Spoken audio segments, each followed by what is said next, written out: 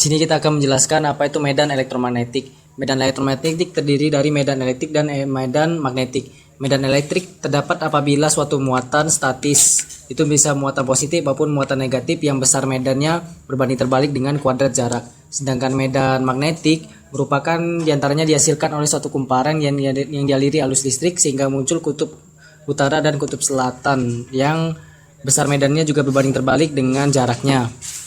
Apabila suatu muatan statis, maka gaya yang dihasilkan adalah K muatan 1 muatan 2 dibagi dengan kuadrat jaraknya. Nah, kemudian apabila suatu muatan itu bergerak, maka dia akan menghasilkan suatu medan magnetik yang gayanya adalah ini. Sekarang kita telah memahami tentang medan elektromagnetik. Tetapi bagaimanakah kaitannya dengan keempat persamaan Maxwell? Mari kita bahas wujud fisiknya terlebih dahulu dengan melibatkan keempat hukum dasar elektromagnetik dalam wujud flux dan sirkulasi.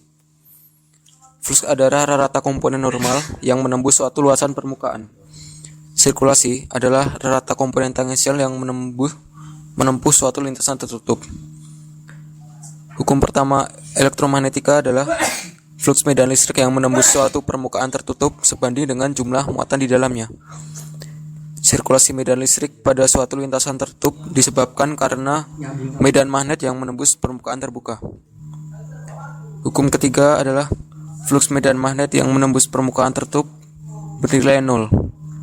Hukum keempat adalah sirkulasi medan magnet yang mengelilingi lintasan tertutup disebabkan karena flux medan listrik yang menembus suatu permukaan terbuka ditambah dengan flux arus yang menembus suatu permukaan terbuka. Ide utama dari hukum Gauss mengenai medan listrik adalah bahwa suatu medan listrik dihasilkan oleh muatan listrik yang menyebar dari muatan positif dan menyatu pada muatan negatif. Kita lihat dari persamaan ini, di sisi kiri adalah divergensi dari nilai E yang mana adalah perubahan nilai E pada tiap komponen melalui sumbu X, Y, dan Z. Dan pada sisi kanan adalah densitas suatu muatan listrik dibagi dengan permisivitas ruang hampa. Flux dan divergensi berhubungan dengan aliran medan vektor namun pada kondisi yang berbeda. Flux terjadi pada suatu permukaan, sedangkan divergensi terjadi pada tiap titik-titik dalam area tersebut. Kemudian teorema Gauss menggabungkan nilai divergensi dan flux tersebut. Dengan penurunan matematis seperti berikut, didapatlah bahwa nilai dari divergensi E sama dengan densitas muatan listrik dibagi dengan permisivitas ruang hampa. Di sini saya akan menjelaskan tentang Maxwell equation kalau E. Saya akan menjelaskan dulu tentang hukum Stokes. Hukum Stokes menjelaskan untuk mencari nilai sirkulasi total bisa dengan membagi luasan dalam kurva tersebut menjadi kotak-kotak kecil yang kemudian jumlahkan nilainya hingga mencapai seluruh luasan dari total kurva tersebut dan dapatkan persamaan seperti ini. Kemudian dalam Feynman persamaan 1.7 mengatakan sirkulasi dari E sama dengan turunan terhadap waktu dari flux B melalui permukaan S. Dan jika digabungkan dari hukum Stokes akan mendapatkan persamaan yang ini, dan dimana jika kita menyelesaikan persamaan atas ini kita akan mendapatkan Maxwell equation. Tanda negatif di sini didapatkan dari hukum Lenz. Hukum Lenz mengatakan arah medan magnet yang dihasilkan oleh suatu medan magnet akibat dari fenomena ini memiliki arah yang berlawanan, sehingga jika kita memasukkan dalam hukum Maxwell akan keluar tanda negatif seperti ini. Dalam persamaan Maxwell 3, kita dapatkan bahwa divergensi dari B bernilai 0. Dari mana kita mendapatkan nilai tersebut? Dalam kasus ini kita memiliki sebuah kubus yang di dalamnya terdapat sebuah magnet. Dan jika kita menghitung flux yang menembus permukaan dari kubus tersebut, secara matematis kita mendapatkan nilainya akan sama dengan 0. Dengan mensubstitusikan nilai flux ini ke dalam suatu persamaan Gauss, maka kita dapatkan bahwa divergensi B bernilai 0. Oke, kita beralih kepada persamaan keempat Maxwell.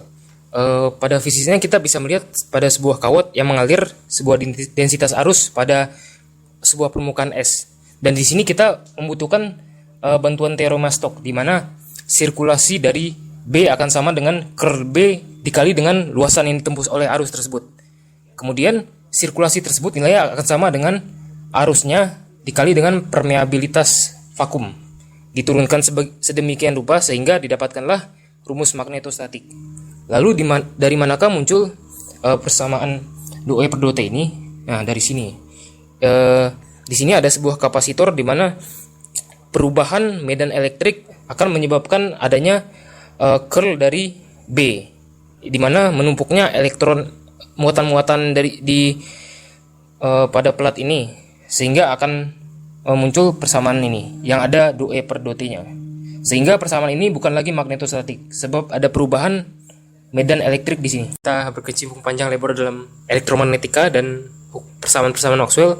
Tentunya kita sebagai engineer harus bisa menerapkan ilmu yang telah kita dapat dalam kehidupan sehari-hari. Nah, inilah salah satu penerapan yang akan kami buat dari ilmu yang telah kami dapat, yaitu kami menggunakan persamaan Maxwell yang kedua untuk membuat charger portable. Nah, di sini kita bisa melihat sebuah rangkaian rectifier, yaitu rangkaian untuk merubah sebuah arus AC ke DC. Nah, arus AC-nya itu didapat dari perubahan medan magnet. Di sini kita bisa melihat magnet batang yang dapat kita gerakan bolak-balik sehingga di coil ini bisa terdapat arus listrik. Dan di sini terdapat pegas untuk membalikan magnet ini supaya dapat kembali dengan sendirinya.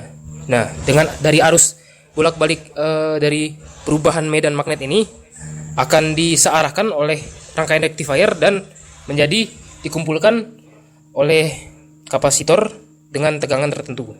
Dan kita bisa mendapatkan arus DC yang bisa untuk mengisi macam-macam seperti handphone, kamera dan lain sebagainya.